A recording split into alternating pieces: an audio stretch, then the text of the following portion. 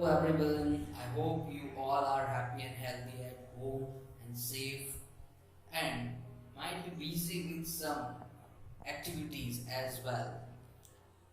Here also some people are busy with some activity. Look at this. Here is one lady, Maya, she is cooking. There is one boy, Chintu, he is eating the popcorns. And there is one man and he is taking the medicine, and after taking the medicine he is drinking water. Two very strong people are fighting. Both of them are very muscular. You can see in video. These all things, if you observe them, this cooking, eating, drinking, right? These all words are highlighted here with the green color as well as underline also.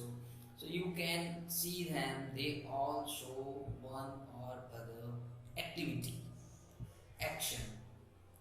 And the word that mention, the word that express that activity means that cooking, food, that eating, drinking, those words are called the action verb or the verbs.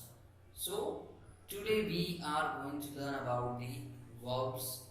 In this video we will learn the action and non-action verbs, transitive and intransitive verbs, finite and non-finite are also there, but that we will see in other video. How the object affects the verb form and how the verb form function, right? What is the how is it functioning? So that everything we will see in this video. So let's begin. Starting with the verb. What is verb? Verb is the most important part of a sentence. We cannot make or we cannot have a sentence without a verb. Verb carry the idea of being or action in the sentence. Some verbs do not give the idea of the action. They give the idea of existence, of state, and of being. They are the non-action verbs.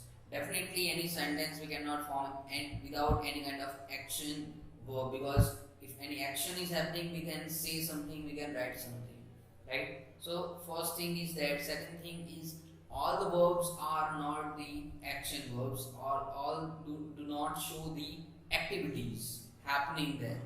Some words are the indicating of some happenings which we cannot show directly.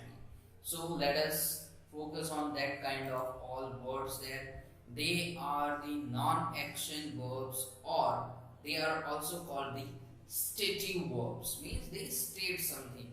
Which are they? That we will see. Look at here, that abstract verbs, feelings, senses, belongings, existence or being, position. So these kind of things they mention, though they are the verb, but they don't show the direct action here. Let us see which are in which part. Abstract, so be, believe, know, need, understand, remember, think, imagine, forget, means, etc. are the abstract verb. Feelings means we like, we dislike, we love, we hate, we envy, we care. So these kind of verbs are the showing the feelings. Senses, right? Our sense organ verb. So which kind of sense is that? Hearing sense, seeing, feel something. By skin we feel, smell with nose, taste with tongue, sound which we make, or seen. So etc. are the verb which show the senses. Belongings means own, belong, possess, have. These are the verbs which show the belongings. Existence or being. Be is already there in the abstract one, but we directly don't use be, we use its form. So that's why I have given it separately so that we can understand which are the be form. Am, is, are, was, verb. these are the be form. Same as with the possession, have shows the possession, but that is also with the belongings. We used it to have forms according to tense and subject. Here to have forms are given here: have, has, had. So these are the non-action verbs. Let us see the other non-action verbs. They are the helping verbs. They are called the auxiliaries also. There are two types of auxiliary verbs: primary auxiliary and modal auxiliary. Let us know something more about it. Primary auxiliary verbs, so they have the main verb in a sentence. They show the existence and position in a sentence. Already we have seen to be and to have. They are the primary auxiliaries. Let us see to the modals. What are the modals? They are the special verbs that express the different meanings, such as permission, possibility, ability, necessity, certainty, and obligation. So these are the expressions the modals show. Modals we will learn in separate chapter also in deep. Just now we are just getting the highlight of it, which are the modals, which are the primary auxiliary verbs. So here we have the primary auxiliary verbs that also many of you might be knowing. The verb forms to be, to have, and to do are the primary auxiliary verbs. That present and past tense forms are here. Am is are of to be form in present tense, was were are of past tense. For to have has are for the present tense, had is for past tense, and for to do does are for the present tense form, and did is their past tense form. Now let us see which are the modal auxiliaries. Here, shall, will, can, may, must, ought to, should, would, could, might, had to, and need to. So these are the modal auxiliary verbs, right? These were all about the non-action verbs. Let us see their examples here. Some examples of these non-action verbs. First one is Rajat knows how to use the computer. Knowing, but that direct action we cannot see, right? When we know something, we cannot go in someone's mind and understand whether someone knows or not. We are very happy to get the holiday. It is showing the being.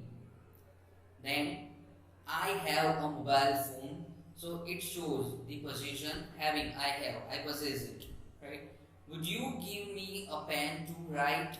It shows the modal auxiliary would that we saw in the table before. Next is he is running to the bus station. It shows the primary auxiliary verb is. So this was about the non-functional or non-action verb. Let us see the action verbs, right, which show the activity that we can directly see that, or its types. Transitive and intransitive verbs we will see here. Transitive verbs.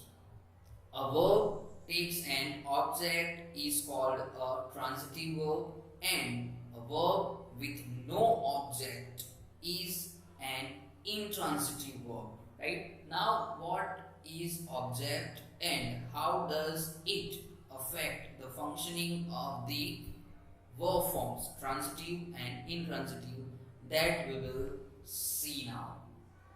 Here the object has two types: direct object, indirect object.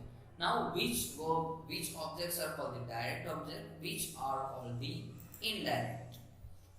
Non-living objects and the abstract nouns are called the direct object, which we directly indicate in a sentence, and all the living objects, living things are called the indirect object. Now how to identify in a sentence if we want to judge this is direct, this is indirect object?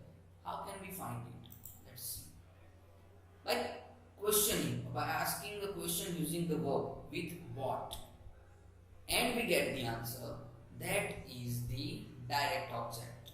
And when we ask the question with whom, to whom, for whom, from whom, and get the answer, that is the indirect object. Here some pronouns and some nouns come as the indirect object that we will see here. That personal pronouns which are used, here it is. The personal pronouns, you must be knowing it, their subject and object forms, and person wise, here is the table. The pronouns highlighted with the red color are the object forms, and they are used as the indirect objects.